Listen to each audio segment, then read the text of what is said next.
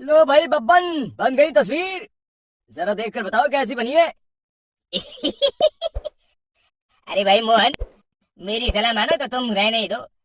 एक पेंटर बनना तुम्हारे बस की बात नहीं है। हाँ, तुमने सही कहा। मुझे भी कुछ ऐसा लगता है। आज शाम की गाड़ी से मैं शहर वापस जा रहा हूँ। कुछ जरूरी काम आ गया है। शहर से वापस आने के बाद तुमसे मिलता हूँ। मोहन अपने घर के दरवाजे पर ताला लगा देता है और वहां से चला जाता है। फिर उसी रात अचानक तेज हवाएं चलने लगती हैं। चारों तरफ डरावना माहौल बन जाता है। तभी मोहन की बनाई हुई पेंटिंग की वो औरत एक खतरनाक चुड़ैल में बदल जाती है और पेंटिंग से बाहर आ जाती है।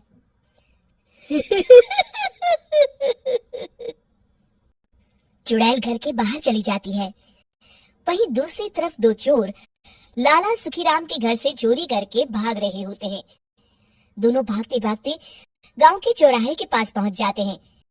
तभी अचानक वो चुड़ैल उन दोनों के सामने आ जाती है।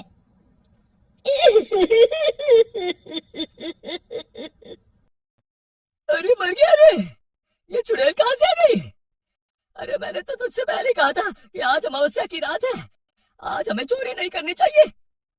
हाँ भाई बिल्ला, तुमने बिल्कुल सही कहा। जरा इसके दांत तो देखो, कितने बड़े हैं। चुड़ैल उन दोनों की तरफ बढ़ती है। अरे चुड़ैल दीदी, तुम चाहो तो ये सारे पैसे और जेवर ले लो, लेकिन हम दोनों को कुछ मत करना। पैसे और जेवर के लालच में तुम इंसान बिकते हो, हम चुड़ैल नहीं। तभी चुड़ैल उन दोनों चोरों को पुतले बना देती है। मैं किसी को नहीं छोड़ूंगी, अब कोई मुझसे नहीं बच सकता।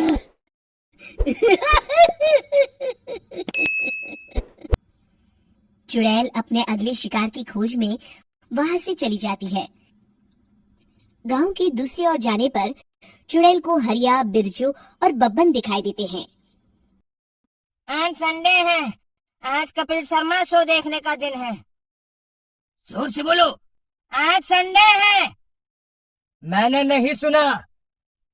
आज संडे है, आज कपिल शर्मा देखने का दिन है। हाँ, ये हुई ना बात। अरे ये कपिल शर्मा कौन है जो ये लोग उसे देखने के लिए इतने उतावले हुए जा रहे हैं? खैर, मुझे क्या, मैं अभी इन दोनों को मजा चखाती हूँ।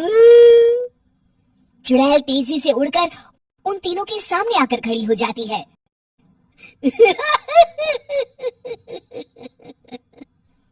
कपिल शर्मा शो बाद में देखना, पहले मुझे देख लो। बब्बन चुड़ैल को देखते ही पहचान जाता है। अरे ये तो तस्वीर वाली औरत के जैसी दिख रही है। मुझे अभी नहीं मरना है। अरे भागो रे। तीनों वहां से भाग खड़े होते हैं। बब्बन तो किसी तरह अपनी जान बचाकर वहां से भाग जाता है, लेकिन हरिया और बिरजू को चुड़ैल पकड़ लेती है और उन्हें पुतला बना देती है। फिर चुड़ैल बब्बन को पकड़ने के लिए उसका पीछा करती है, लेकिन बब्बन उसे कहीं नहीं दिखाई देता। अरे वो मोटा तो बड़ा तेज भागता है, शायद उस तरफ गया होगा। बब्बन एक दीवार के पीछे छुपकर बैठ जाता है और चुड़ैल उसके सामने से आगे निकल जाती है। बाल बाल बच गया। अगली सुबह बब्बन सभी गांव वालों को सारी बात बता देता है। फिर उस चुड़ैल के डर से रोज शाम होते ही पूरे गांव में सन्नाटा छा जाता था और कोई भी अपने घर के बाहर नहीं निकलता था। अरे ये क्या हो गया, इतनी देर से घूम रही हूँ, अभी तक एक भी आदमी नहीं मिला। अरे कहाँ मर गए सबके सब। चुड़ैल वहां से चली जाती है। इस तरह कुछ दिन बीत जाते हैं। फिर एक दिन मोहन गांव वापस आता है। बब्बन उसे बताता है कि उसकी बनाई तस्वीर से एक चुड़ैल बाहर आ गई है। मोहन समझ जाता है कि ये कोई आम कागज नहीं है। वो जो भी उस कागज पर बनाएगा वो असलियत का रूप ले लेगा। अरे मोहन भाई, अब तुम क्या करने वाले हो? मेरे पास एक बहुत बढ़िया तरकीब है। मैं इस कागज पर उस चुड़ैल की एक ऐसी तस्वीर बनाऊंगा जिसमें वो तपती धूप के नीचे खड़ी दिखाई देगी, और फिर जैसे ही सवेरा होगा वो चुड़ैल इस कागज से निकलकर बाहर चली जाएगी और सूरज की तेज धूप में जलकर राख हो जाएगी। मोहन बिल्कुल वैसे ही तस्वीर बना देता है और जैसे ही सवेरा होता है वो चुड़ैल कागज से निकलकर बाहर धूप में चली जाती है और सूरज की गर्मी बर्दाश्त नहीं कर पाती और जलकर राख हो जाती है।